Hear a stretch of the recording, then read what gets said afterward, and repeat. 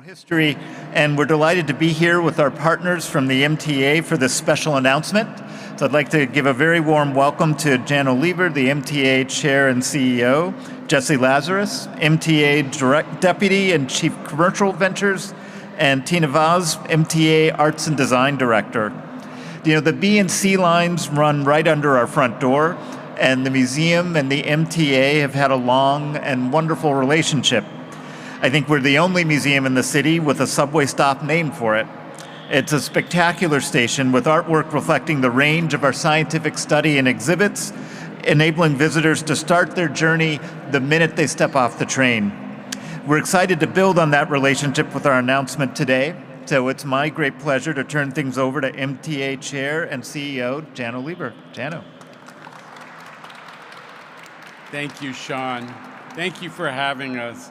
It's not every day that I get to do a news conference backed by a Barosaurus, so this is a special occasion in so many ways. Listen, as Sean said, I'm Janno Lieber. I'm the MTA Chair and CEO, and I'm thrilled to be joined by Jesse Lazarus, Tina Vaz of the MTA team, Chief Customer Officer Shanifa Riera, never far away to deal with our customer needs. Listen, we are thrilled to announce a first-of-its-kind merch collaboration with the American Museum of Natural History to help celebrate 40 years of MTA arts and design. This is a perfect marriage. There aren't many, but this is a perfect marriage. I'd like to say the transit system is one of the city's biggest and most underrated art museums, not just a way to get from point A to point B, but any ride in New York City transit is a significant cultural experience in every sense of that word, for sure. Now, few stations make that point better than the station right here at 81st and the Museum of Natural History, with all its stunning mosaics of animals living and extinct and images from outer space to the Earth's core. Now these iconic artworks are going to take on new life in this capsule collection, which includes apparel and accessories for all ages, hats, t-shirts, water bottles. There's something for everyone, including me. So there's an added bonus. The MTA gets a cut of the revenue. We are hoping that this will be the first of many more location-based collections with iconic New York institutions to come. We're always looking after the financial as well as the operational side of the MTA. Jesse Lazarus worries about that every day. In the meantime, I want to thank Sean and his incredible team at the American Museum of Natural History for being great collaborators. Sean, take it away.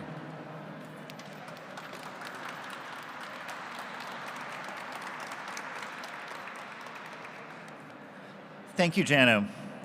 The 81st Street Museum of Natural History station is the fastest and easiest way for our visitors, to say nothing of our staff and our volunteers, to get to and from the museum. Most of our more than 4 million annual visitors come through the station, including many of the folks bustling around us right now. The artwork in the station was unveiled in 2000, about the time we opened the Rose Center for Earth and Space, in a partnership between MTA's Arts for Transit and the museum. Artists spent several months here in consultation with our scientists and library and exhibition staff to develop the final designs. The spectacular multimedia installation features ceramic glass tile mosaics, bronze fossil castings, and floor treatments in granite, all representing the range of the museum's work studying living and prehistoric animals, the fiery core of the planet Earth, and the cosmos beyond. The installation is not just beautiful and inspiring, it showcases the diversity of life, the splendor of our world, and its fragility.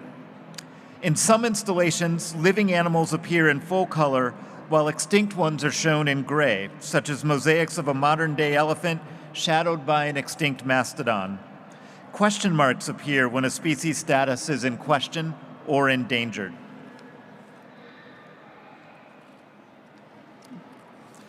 The installation is titled "For the Want of a Nail," The old proverb goes, for the want of a nail, the shoe was lost. For the want of a shoe, the horse was lost, and so on and so on. Meaning that sometimes small things go on to have larger, unanticipated effects. And it's a good reminder of our responsibility to the natural world around us. We are so pleased to extend our partnership with the MTA now with this line of co-branded merchandise. Visitors can begin their museum visit through the station, experience all we have to offer during the visit, including our terrific new exhibition, Impact, the End of the Age of Dinosaurs, and then bring the exhibit home with them. So thanks to Jano and our partners at MTA, and thanks to all of you for being here today with us. So thank you very much. Jesse, can you step up and add a few thoughts here? Yes, thank you. Thank you, Chair Lieber, President Cater. One of the things that makes New York City amazing is that the greatest museums in the world are just a tap away. This morning, I told my two little boys where I was going when I was leaving the house, and they first confirmed that I was taking the B train, and then they asked if my field trip was to see the dinosaurs or the planetarium. So I was very proud, proud New York City mama this morning. As Chair Lieber mentioned, I lead the commercial ventures team at the MTA, and we see product licensing as a big growth opportunity for revenue, which, as the collection launching today demonstrates, can be awfully cute. Every day, the MTA connects millions of people to New York City's most cherished places and neighborhoods, and there is real value in being the brand that does this. This collaboration pays tribute to the rich history of partnership between the MTA and the museum while honoring 4 decades of public art. There's a small but very mighty crew who believed that this model could work and now, of course, have proven that it can. The Commercial Ventures licensing team, of course, over there, led by the fearless Marissa Cunningham, and of course supported by Tina's MTA Arts and Design team. And Sean, I have to say, we're so grateful for the amazing yes and attitude from your team that kept this partnership moving apace and taught us a lot about retail and product licensing best practices. We look forward to future location-based collaborations that celebrate more of the amazing places that the MTA can take you in the region and will generate funds that help the MTA deliver that frequent and reliable transit service from every New York City neighborhood to the dinosaurs. Thank you.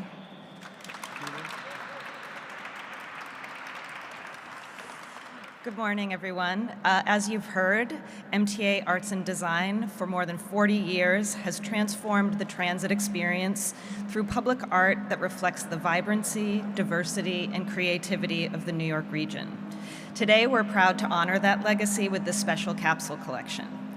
When we first partnered with AMNH back in 2000 for the artwork at the station below, we set out to create a space that didn't just serve as a gateway to the museum, but rather extended the museum experience itself. And that's what these beloved designs have done for 25 years, reminding riders that science, imagination, and discovery are all around us, even underground. This new collection brings those designs above ground, allowing New Yorkers and visitors alike to carry a piece of that wonder with them.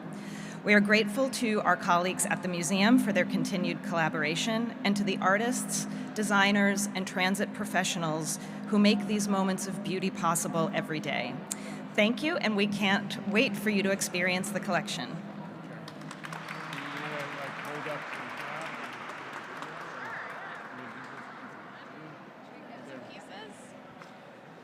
Put something on?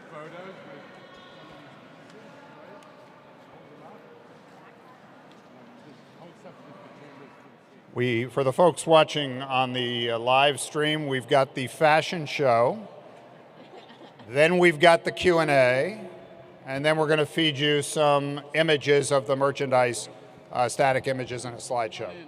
First, the fashion show. Yeah, exactly.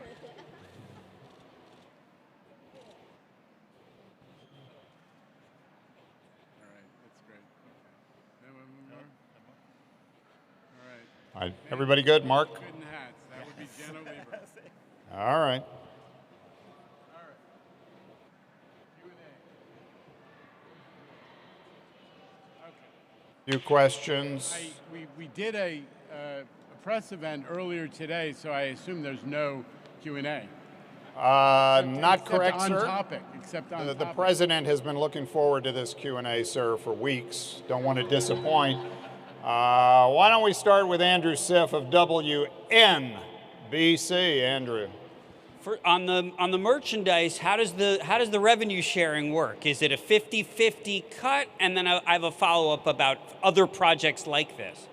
Sure. So the MTA has a licensing partner, IMG, and we work with IMG to manage all of our product licensing. This product, the art in the station, is actually a collaboration between the MTA and the American Museum of Natural History, so we will split the proceeds. Very good. And then, Jano, you alluded to this could sort of be a new model. You know, you can have this partnership with the museum. Would you envision a merchandising partnership with, I don't know, the Mets, the Yankees? Is this a way to move forward when the old-fashioned retail in the subway stations may not work the way it once did in an online? Listen, you know, we're firing on all cylinders. We want to look at, you know, be responsible stewards of the financial situation of the MTA, and part of that is looking at new ideas for how to get revenue. It just so happens that partnering with a beloved New York institution, which is all so closely associated with the subway system and brings people from all over the world, not just from the 5 boroughs in the region, is a great place to start with some of these iconic images that we've got with the Museum of Natural History. But we're going to be looking for opportunities all over. Very good. All right, and if you happen to see a dinosaur in the boardroom for the meeting later in the month, you'll understand it's part of the collaboration. Should I ask? Let's see, any other on-topic questions? On topic, on topic? All right, we got time for one off-topic question, sir, if you'll indulge. Andrew, we're going to go to Andrew. We got very little time for this. He just did a whole news conference downtown. Andrew. Jano, I know you got a letter from the feds about the Second Avenue subway. How important is this letter? What have they asked you to do, and what does it mean for the next phase of the Second Avenue subway? First of all, Second Avenue subway, in spite of some of the rhetoric that we've heard from Washington, has not stopped at all since we got the first letter. Here's the bottom line. The U.S. Supreme Court decisions about affirmative action have allowed the administration in Washington to, in effect, create new standards for the federal disadvantaged business enterprise program, the program that calls for small, minority, and women-owned companies to be used on MTA and all construction projects, and we have to just adjust to the new standards that they're issuing. It's not. I don't think it's going to be that complicated. It's going to take a little time, and we're not going to let it delay the project. That's the bottom line. All right, Michelle, do you have a follow-up? You're good?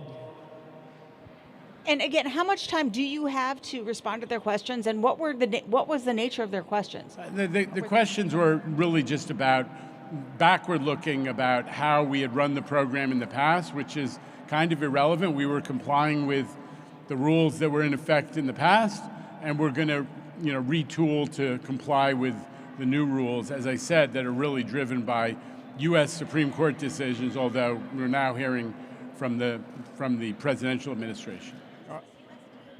U.S. DOT. Yeah. All right, thanks everybody. Appreciate your being here. For the folks on the live stream, we're going to send you those images of the merchandise. You already got the fashion show. Thank you. All right. You got to. Nope, can't do it. Here. We're done. Thank you. All right, I'm out.